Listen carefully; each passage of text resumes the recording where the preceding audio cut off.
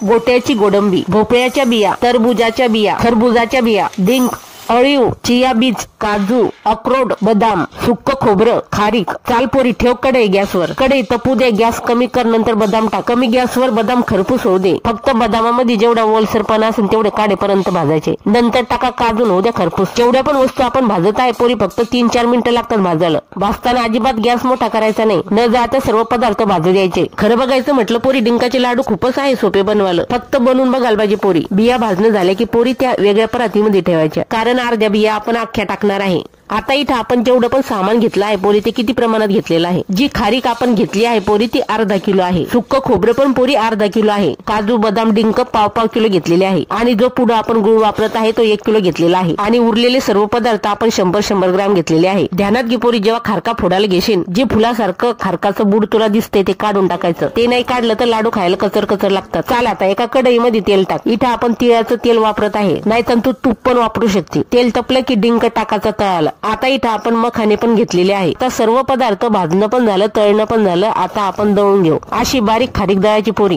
आता जेवढे पण ड्रायफ्रूट घेतले आहे पोरी आपण ते आबडधोबड दळले तरी चालतात. नंतर लास्टला डिंक दळून घ्यायचा. लक्षात ठेव पोरी, खोबरं खिसून घ्यायचं, मिक्सर मध्ये बारीक दळायचं नाही. ज्या तेलामध्ये आपण डिंक तळला होता पोरी तेच तेल वापरायचं. आणि जो गुळ आहे पोरी तो बारीक चिरून घ्यायचा. आता इथं काही गुळाचा पाक करायचा नाही, फक्त तेलामध्ये मुरेपर्यंत गुळ आपल्याला होऊ द्यायचा. गुळ तेलात मुरला की तो बाजूला ठेवायचा आणि मोठं टोप घ्यायचा. आता हे जेवढं सामान आहे पोरी या टोपामध्ये टाकायचं, म्हणजे आपल्याला गुळ मिक्स करायला सोपं पडेल. आता हा गुळ टाका, सर्व मिक्स करा. सर्व मिक्स झालं की बराबर लाडू बांधून घ्यायचे. गरम गरम लाडू बांधायचे पोरी, म्हणजे पटापट लाडू बांधल्या जातात. पोरी आता म्हणायचं नाही येत नाही म्हणून नक्की करायचं. चला बरं मग, झाले डिंकाचे लाडू, या खायला.